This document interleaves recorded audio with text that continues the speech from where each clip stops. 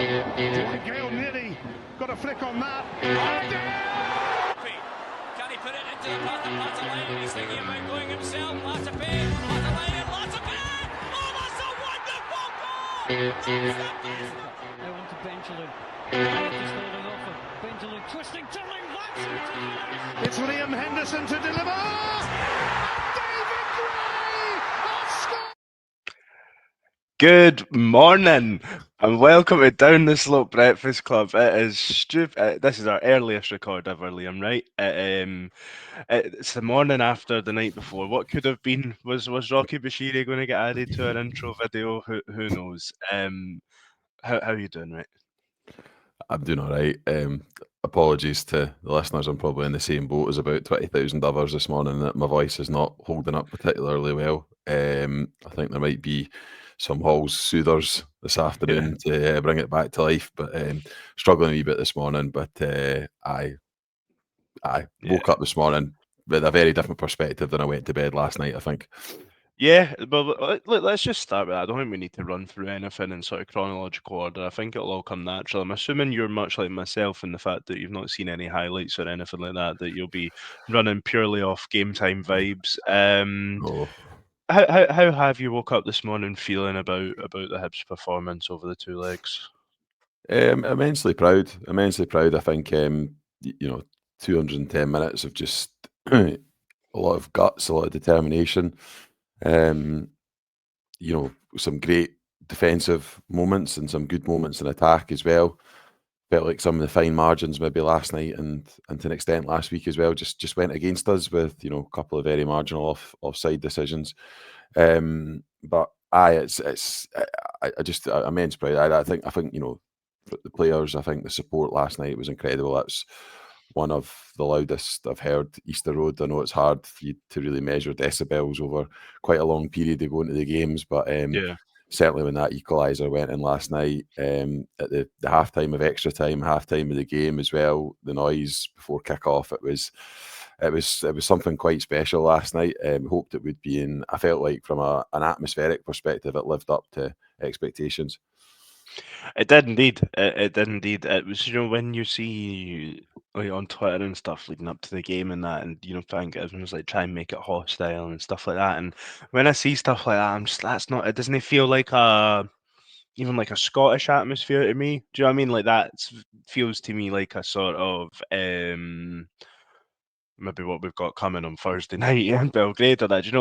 Like I think that is something that's maybe it kind of comes naturally. It's just the environment as much as anything else. Easter Road's I would imagine, a lovely place to play football ultimately. But I thought the atmosphere was excellent right from kick-off, and I think I actually done a good job of maybe feeling that little bit of sort of hostility. And the players certainly sort of, I was going to say grew into the game, but I actually thought we started pretty well sort of from the get-go, much like we did over in Denmark. And yeah, like yourself, I don't necessarily think my opinion on it's changed from when I went to bed a couple of hours ago. But just one of immense, I think what you said, immense pride in the way that we performed. I think something that maybe I tweeted something before I went to bed, but I was half sleeping when I done it. But like, I think it just there was enough quality in there as well over the two legs against a proper seasoned European team. Like they got out of the Europa League league stage last year. Do you know like that? Like, and I think you maybe disagreed with me when I said this. I don't think we will play a better team than them this year.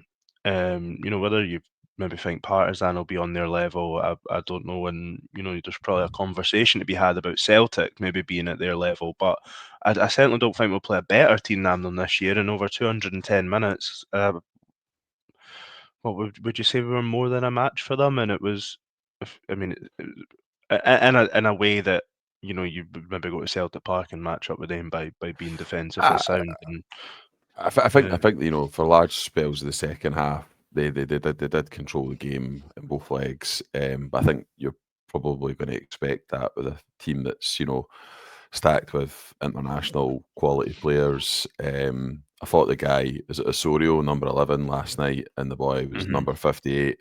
who was obviously good in the first leg. I thought the two of them last night were very, very good. Have to admit, I was maybe a wee bit disappointed with the guy Francolino, who had all that hype over the two legs. I think, to be honest, Rocky did a number on him 100%. over both games, and I think credit has to go to Rocky and probably the rest of the back five. Really, it was for spells last night for their performances. I already feel like my most improved shout for Warren O'Hora is looking validated on the basis last night. I think that was his best game in the Hibs shirt last night. I thought he made some last-ditch challenges that were good, but actually just in, doing his normal defensive duties, I thought he was outstanding. I think there's so many players that come with credit. I don't necessarily fully disagree with you on the best team. I don't think Partizan will be on the same level in terms of quality as Midtjylland. I think the thing that Partizan have going for them is that is a place that teams just do not. Yeah, it's going to be so hard. Yeah, it's like you look at both Red Star. I don't want to have a crack at the proper Serbian pronunciation of their name. And Partizan, if you look at their home results, certainly in Europe over the last couple of decades, they generally win at home, and that includes playing some of the even teams from the top 5 leagues. So that's going to be very difficult. But much to one of our listeners said this morning in a group chat, or maybe last night, similar to this game in that if we can come away from there with something, give us a chance at Easter Road if we could produce another atmosphere like we did last night. Because I think that was the one thing with Midtjylland. I said on Monday I didn't think they'd be intimidated. I actually thought for the first few minutes they were. They were a bit shaken by it, and to be honest, they don't play in front of crowds generally like that in Denmark. I mean, we saw what a sanitised sort of atmosphere they had at their home ground. So I do think that could be an advantage for us in some of the games, but it feels like, so many massive games to come over the next few weeks that players can't expend all their energy on one or two games. Yeah, absolutely. I think it's really interesting that you highlighted 2 players there for them, and I had 3 in my mind that were total standouts, and neither of them were there, which I think shows you, which I think shows you the level of team that we were playing against. You know what I mean? Like, and again, none of the 3 that I'd sort of looked at were their potential €20 million striker that might be going to Borussia Dortmund, which is absolutely credit to Rocky. I thought that Mbabu right back was a joke. And the centre back that played in beside him, Lee. I thought Kieran Bowie gave both centre backs as good as he got, but I thought the composure that Lee had was different gravy. And I'll be honest, I came away from the game thinking that number 24, whose name is Sorensen, and I thought he must be playing for Denmark or whatever his nation is. And I had a little look. He is yet to be capped. I thought he ran the show last night, to be honest. He scored 10 goals and got 5 assists for them last season, and he's still not even been capped for Denmark. Now, am I right in saying that we're due to play Denmark in the World Cup qualifiers?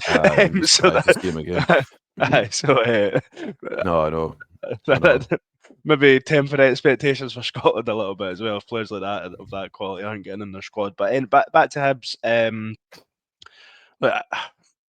think much like the first leg, we showed pretty early on that we would have an intent to obviously sit in, but when the opportunities were there to have a go at them, and we knew we could get at them, and I mean, there's been a couple of chances before it, but it sort of culminated in ultimately what was an offside goal. Was it Bowie, I think, that put it in at the back post? Obviously Martin Boyle offside at the front post. Do you have any complaints with that, or he did kind of go to play the ball? I've not seen it back, mate. So and there's this. Do UEFA have some weird rule that we're not allowed to have it on the big screens as well at Easter Road? I thought that was a miss last night. I know they don't generally show contentious stuff, but I thought it was weird we didn't get any live action or any replays on the screen last night. I think that would have been handy, but no, I haven't seen it back at the game. We were all obviously struggling to understand why it was given as offside from where we were, because it looked as though there was no chance that Bowie was offside. So it makes sense that it was the Boyle interference, but I can't really say too much more on it than that, I'm afraid. Yeah, I think I've seen like a still of it, and well, he is offside, and it's just obviously the deciding factor of whether he is or isn't sort of interfering or that, which I think, to be fair, if he kind of cuts across the front post, and I think he definitely probably his intention is to play the ball, so it's probably harsh, but it feels harsh, but probably the right decision. But you're going in at halftime 0-0. I think after that, to be fair, I was kind of begging for the half-time whistle to be for the last sort of 5-10 minutes of the first half. Aye. But are you going in at half-time happy? I was content. pretty I was definitely aye. content. I was content. I was content. I was happy with how we'd got back into our shape. Very happy with how we defended. I was asking for maybe a wee bit of more calmness and composure on the ball, and also contradictory to that, some early releases a couple of times, which I felt kind of were on that we sort of Yeah. we dallied on it, or maybe just because of the tempo and the atmosphere of the game, we did want to settle it. But I just felt a couple of times we could have picked our moments a wee bit better in terms of spinning them in behind. I I think that agree. was maybe a wee bit of a theme throughout the game, because it felt to me, I know you said the boy done a good job in Bowie, but it felt to me like Bowie had either one of the centre backs Definitely in the pinned. first half. He had them pinned every time, and I always felt like he could roll round the corner on them as long as the referee was willing to keep his fucking trap shut. I think Aye. we were all right. But I did, and I felt to an extent as well when Yuan came on. I felt like that ball on the sort of inside left space was on quite a lot, and I would like to have seen us. I mean, we did definitely use it a couple of times, and Yuan didn't maybe make the most of it, but Yep. I did feel like that was an opportunity a fair bit. Yeah, no, I agree. Especially in the second half, I said to Graham in the ground, is that I feel like I would like us just to turn them, just flick it in behind just a couple more times, because they certainly they were really comfortable with the game being in front of them, I think. But when when they were asked to turn, that is where we got the joy. It also, but at the end of the day, if you turn them, even if it goes back to the goalkeeper, you get 15 yards up the pitch. Do you know I what I mean? know, Like, I know. even if, and that was, I think, where probably in the second half my frustration came, and it's not even frustration is not the word, because I don't think at any point last night that's what I felt, but it was just.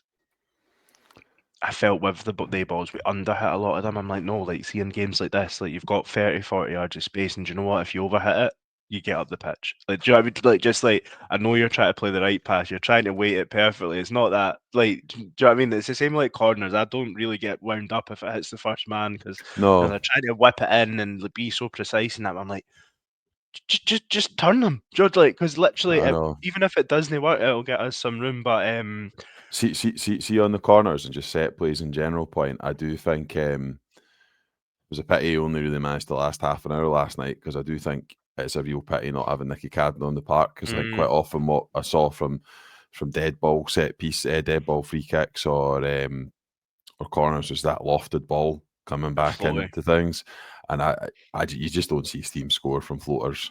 Generally speaking, like it has to be a ball whipped in at pace, and Welsh Jordan Obita's got a good delivery, and Jamie McGrath potentially from the other side as well has got a good delivery. It's not Nicky Cadden, Yeah. I think for me that's probably why when Nicky Cadden went off last night, I was really a bit more concerned than you would be normally with a sub going off injured, because I do think when we return to league action, that was a stick-on substitution, change for me would be Cadden coming back in for Especially for Obita. this weekend. Aye, and Obita has done nothing wrong by the way, but he was dead on his feet last night towards the end, as were many of the players, because they put so much in and spent so long without the ball in the second half. Well, that's it as well, and obviously Iredale got taken off as well. So like, if you like, Aye, like it kind of now, I think Meg were done more than fine when he came on, to be fair, but I don't aye, think you'd want to be starting him at left centre back or left wing back on Sunday. And no, if Iredale's run his race as well, then just Cadden being there kind of at least frees up one of them potentially, like to like either Obita can step in one or Iredale can play. But I was surprised when Cadden was on the pitch. Now I know it seemed like everything we were doing was sort of trying to whip it into the 6-yard box, so they were going for in-swingers. But I was really surprised. I don't think he took any of the set pieces when he was on the pitch. Like, no, I know that, and that did surprise me, because, like you say, whether it's an in-swinger or an out-swinger, the quality of his delivery is impeccable. Surely, very and good. yeah, Aye, and like, I mean, we did almost, I think, an extra time. Rocky pulled a save out the keeper, didn't he? I think from one of the corners in extra yeah, time I did. in Aye, the second half. And did O'Hara have a good chance in the first half? Have I made that up with a header he certainly fairly had early a on? chance. I'm not sure it Aye, was a good one, to be honest, aye, it but was quite I do far out. remember. Aye, Aye, and I mean, so the chances were there. I guess I think there's a difference, I suppose, with the sort of the floated ball chance So, versus the because you've whipped got in to do at pace everything. chance. Yeah. Aye, you have to generate the power, and quite often with some of them, particularly with a couple of the sort of wide free kicks we had in the second half and into extra time, you're almost relying on the team winning 2 headers to score a goal rather than one. Yes. Yeah. And I just think against a team with Michelin's height, because they're across the 2 legs, one thing that was obvious is, they would be a match for any team in our Physical. league in terms of the physicals, but particularly height. So it's just one of those things that occurred to me as the game went on that we did miss that. We did miss that Especially with the quality. goalkeeper being that tall as well. I think a floaty one's a lot easier. Mate, what about the size of that goalie they brought on for pens, man? Fucking hell, man. Fucking Do you know ogre, eh? I know. Do you know, like, when I seen him come on, I was You like, didn't fancy it if interesting. it went to pens, eh? Like, I didn't. We were looking at the team going, who have we got on the pitch left to take a penalty? I That we think really I want had to? like 4 in my mind. Now, who would that have been? Campbell, Hoylett, McGrath, McGrath, and Obita? I think yeah, Obita was in my mind, and then I think my next step was naturally going to be the new striker.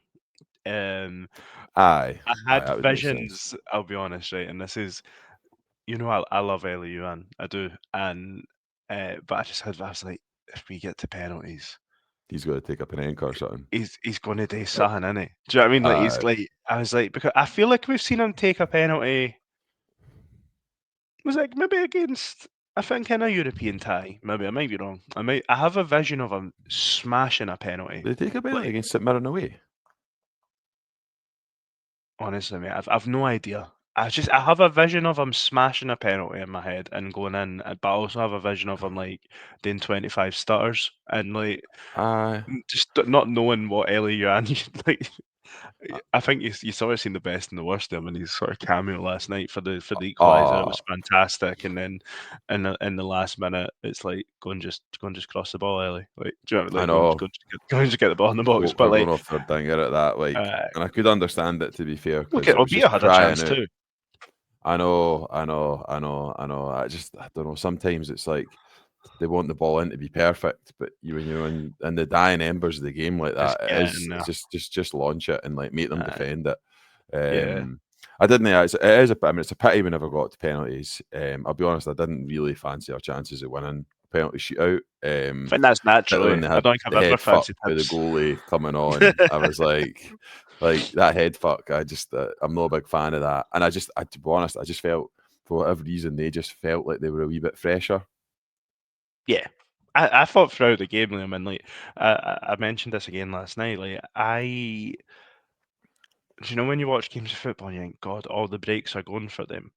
I think when every single break goes for a team where they just get that touch, it's because they're sharper, they're anticipating things, just that they are just that little step above. Like, it felt like every 50-50 ball that sort of Bowie would do well to nick it, but then they would just get a toe on it, or Campbell, you know, and I think like over 210 minutes of football, I think if one team's consistently always getting toes on things in that, it's not just luck.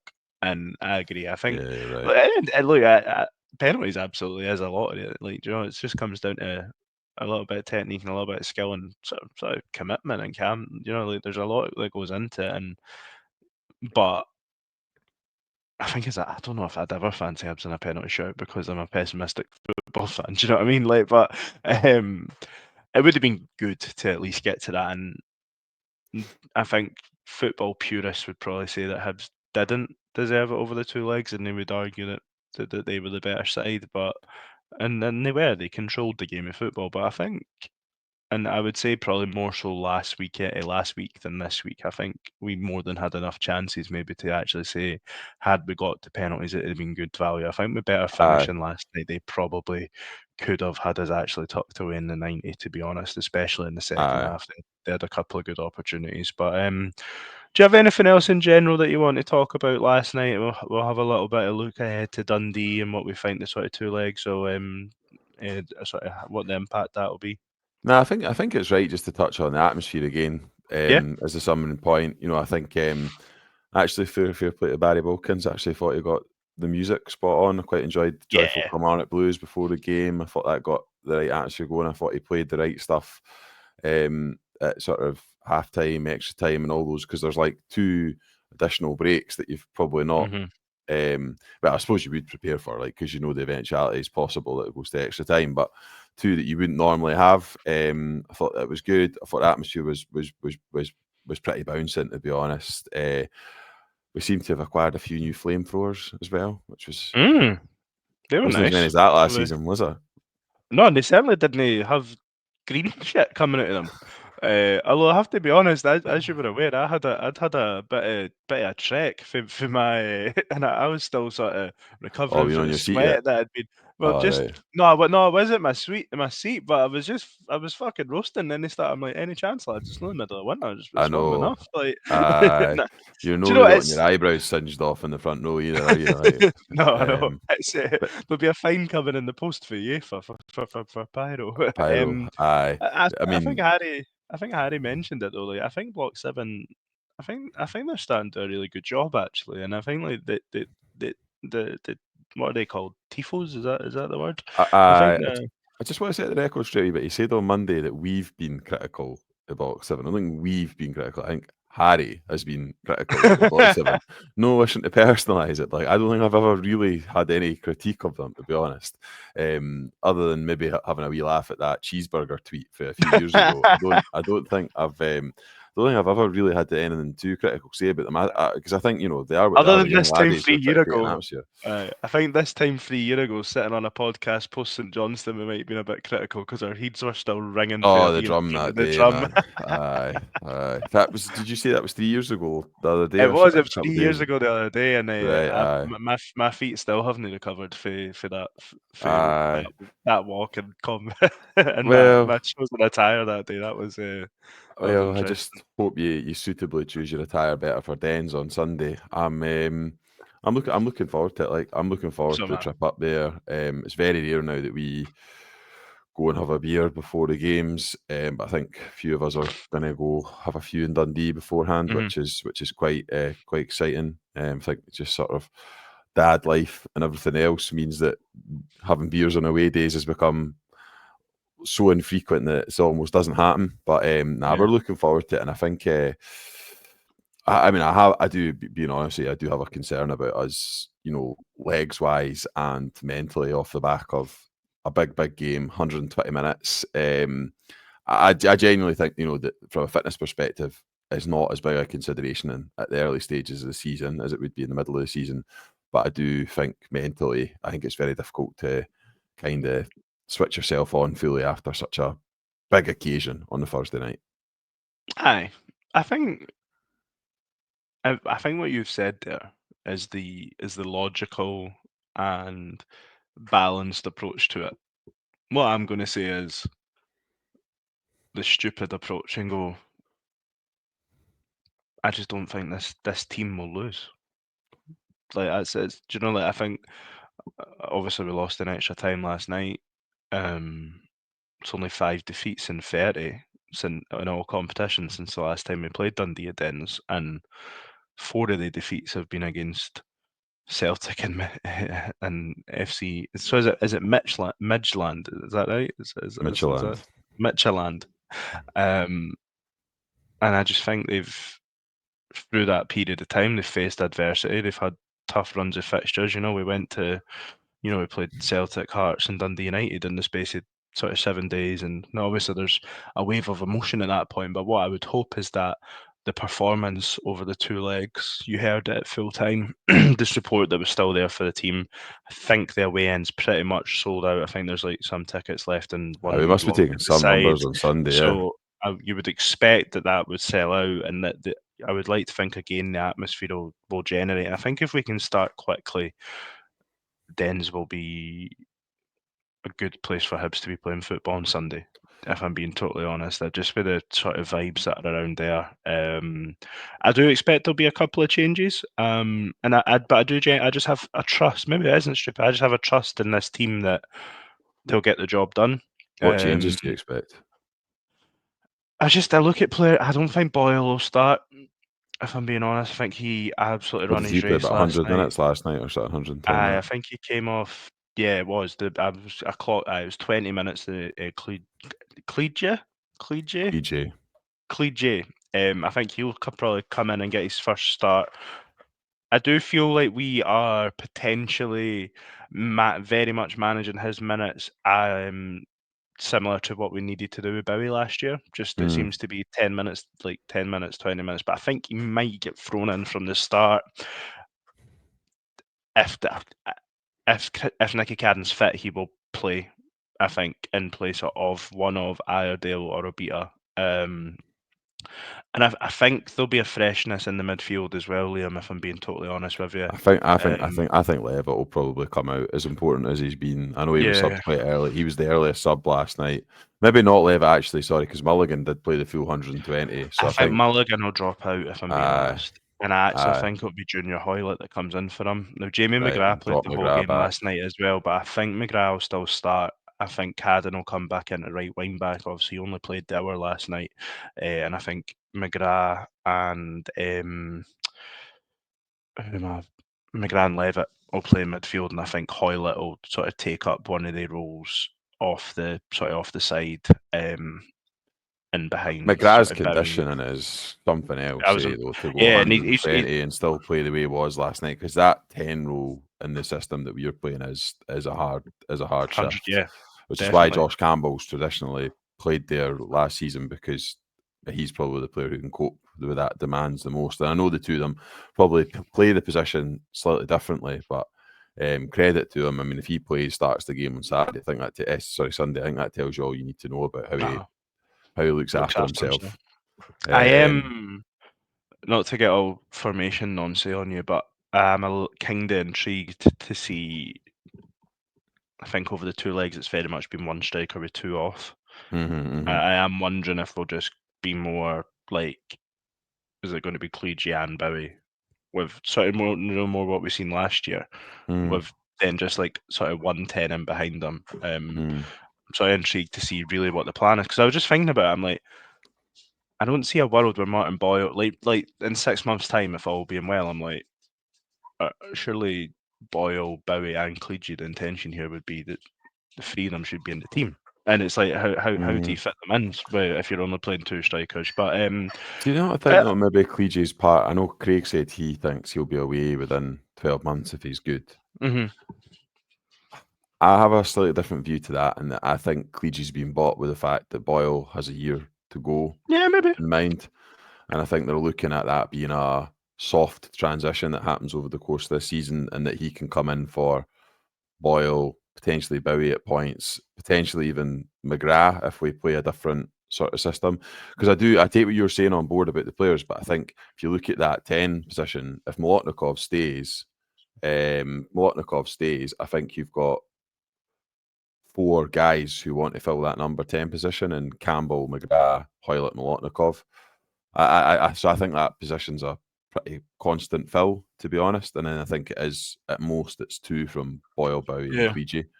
Mhm. But I know it'd be interesting to see. I would like to see Cleege get more minutes. I mean, potentially even from the start, if we think Boyle's played too much up against Dundee. What I about know your that's man maybe a Ellie big Yuan? ask. Obviously Yuan gets assist last potentially. night. I mean, it's nice to have options. I mean, Manny's not even really been discussed in all of this either. Obviously, didn't get off the bench last night. I mean, I think that probably indicates that he's, given that we're bringing on players who weren't playing his position to play ahead of him, that we didn't think Yeah. last night was the right occasion for him. I suspect that might be a wee bit to do with his height. Because I did think that was an important factor over the two legs, was that you need your tallest players in the park, and you obviously lose a bit of height with him and the team. And we'd already lost a bit with bringing Nicky Cadden on too. So Do you think as well in that scenario, Liam, like I am like, because I've seen people saying about Ekpiteta not coming on, but is there as well? Now, I suppose that one's different because we had equalised, I think. But with Mane, it's like we're trying to bring on players. It's like we're moving someone back because we know we need to have more emphasis, maybe with players that are more likely to grab a goal. You know, like with a Campbell, with a Hoylett, whoever, and you sort of just seen McGrath move back one, and then Campbell move back one, or whatever, like Mulligan out to right wing back. But do you know, when speaking about for Sunday, I think I would just like to.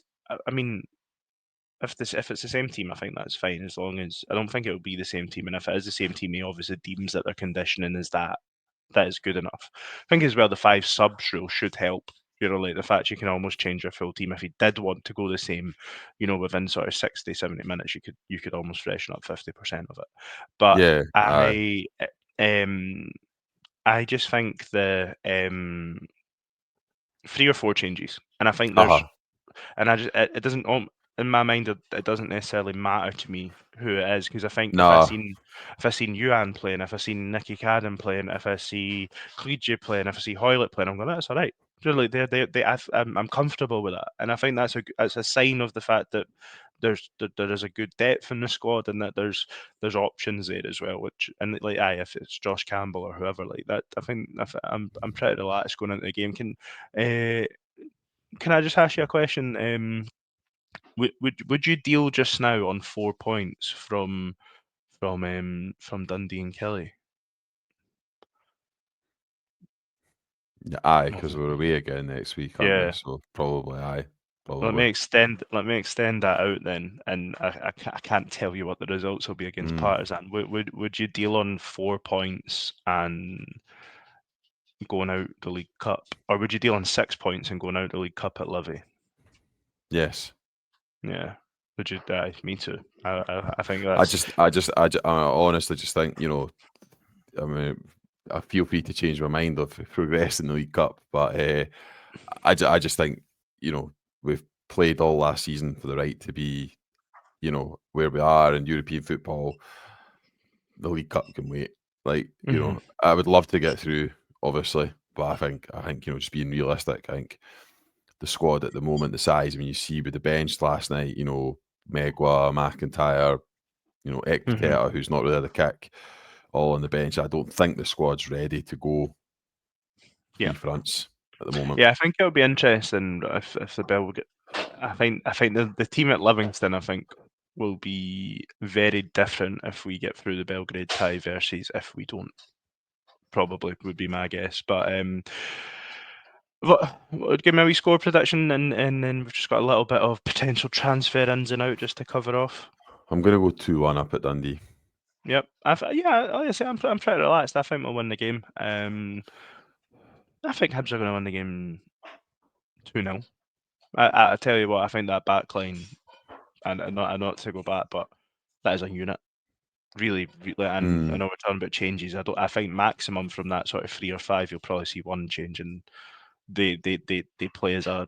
Yeah, and I think O'Hara done really well as well. But yeah, I think they are a unit. I think they'll be more than good enough to go up to Dundee, keep them quiet, and I think they've got enough about us to grab a goal and win the game. I do apologise for any of the audio listeners, as this is a breakfast club. There's It's dogs breakfast eating. time. It's breakfast Breakfast time. time. There's dogs eating breakfast. Breakfast is getting made. Lunches are getting made for days in the office and stuff. Anyway, just before we wrap up, Liam, I think a fairly decent source, Alan Nixon, has reported that Lewis Miller's deal to Blackburn appears to be back on the table. £750,000 with add-ons, which would take it north of £1 million, which is much the same as I think what was reported a couple of weeks ago. And at the same time, Grant Hanley was at the game last night. Free agent, or was it Birmingham City last year? Didn't play that much. 60 odd caps for Scotland. A player that I think maybe 18 months ago we sort of debated his We did, aye. qualities of whether he should or shouldn't be playing for Scotland. At the time, you were on this. I think you felt he was better than the credit that he was given. How do you feel with that potential in and out? I mean, I think things have moved on in terms of him playing for Scotland now. I'm probably now of the view that Scotland now need to move on from him. I think he did, obviously play a few games for Birmingham City last season, but they were pretty dominant, in League One, and it looks as though he just couldn't really force his way into the team. I think if you look at a couple of seasons prior to that, he was sort of starting to steadily fall out of favour at Norwich. He's not a signing who is going to be like universally getting the fans excited, but is he a player who I think can come in and be a good influence in the dressing room, come in and do a job as and when required? Yes. I think, though, I have a view that he should, much like Ekpiteta, only ever be seen in the middle of a back three. I Yeah, think if that's you're playing Grant Hanley in the right of a back three, you've got problems because I think you can't hide his lack of on-ball ability quite as well.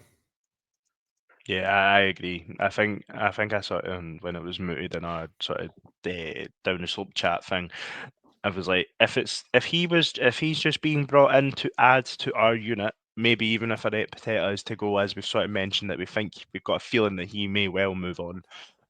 I don't mind it. If he is being seen as the player that's coming in to replace Lewis Miller, I think that would leave us not short in numbers and not short in defenders, but when we play Dundee at home, for argument's sake, I think if you're playing a back three, you need a Lewis Miller type, a Jack Iredale type that are capable of Iredale to a lesser extent, but to really press home your advantage in games that you're dominating when you're playing a back three, you do need that sort of just threat, isn't it? It feels weird to say that about a centre back, but ultimately an attacking threat and a level of pace that allows you to push up the game and play closer to the halfway line. That would worry me if Hanley was seen as that, and I think that's still the part of the game that probably worries me with Warren Hora out there as well. To be fair, because I don't think his recovery pace is it's definitely not that of Lewis Miller's, and I No. think like you seen that. St Mirren at home springs to mind. We sort of lost the ball in and around the halfway line, and was it McMenamin? And he sort of didn't get close to him, sort of in a recovery. Although again, like maybe sharpness and stuff, he showed some good recovery pace at points last night as well, and got a really good blocker in the first half. So that felt like a criticism of him. He was excellent last night. Let me just put that on record, and I'm not looking for him to be dropped. I think Lewis Miller will be a bigger miss than anyone realises. But I know. a year, I know. a year left on his contract. If you're getting around £1 million for him, a player that probably another one that 12 months ago you'd have probably said if a suitable. I think definitely we were willing for him to go. I think we're definitely Aye. willing for him to go. And I think his game's been brought on a lot by playing in the right of back three. It'll be interesting to see how Blackburn use him. I don't know what system they play, but I think it's probably good. It's probably good value for us and for the player to go for around about that amount. Probably feels like the right time for him as he's. I think there is this thing as well, and I do have this theory with players that the importance of when you sell them is quite crucial, and I think his stock's as high as it's ever been at Hibs, so I think it's probably a good time to move for him and maybe for the club as well. But he goes obviously, and I think you're right in saying he will be difficult to replace. I wonder a wee bit with final sort of thought for wrap up. I wonder a wee bit if this Grant Hanley signing is more to do with potentially Marvin Ekpiteta. Yeah, moving on. I was going to say I would hope so, and that sounds really harsh because Ekpiteta's not done anything to really warrant that. I just think he's bottom of the list of centre backs that we have at the club currently, and that would seem the more obvious. If you were aligning Grant Hanley with a player in the squad, that would be the obvious one. Liam, I have thoroughly enjoyed having my morning coffee with you this morning. I hope our listeners have too. Maybe they'll be having it with a glass of red wine and their Friday night dinner, or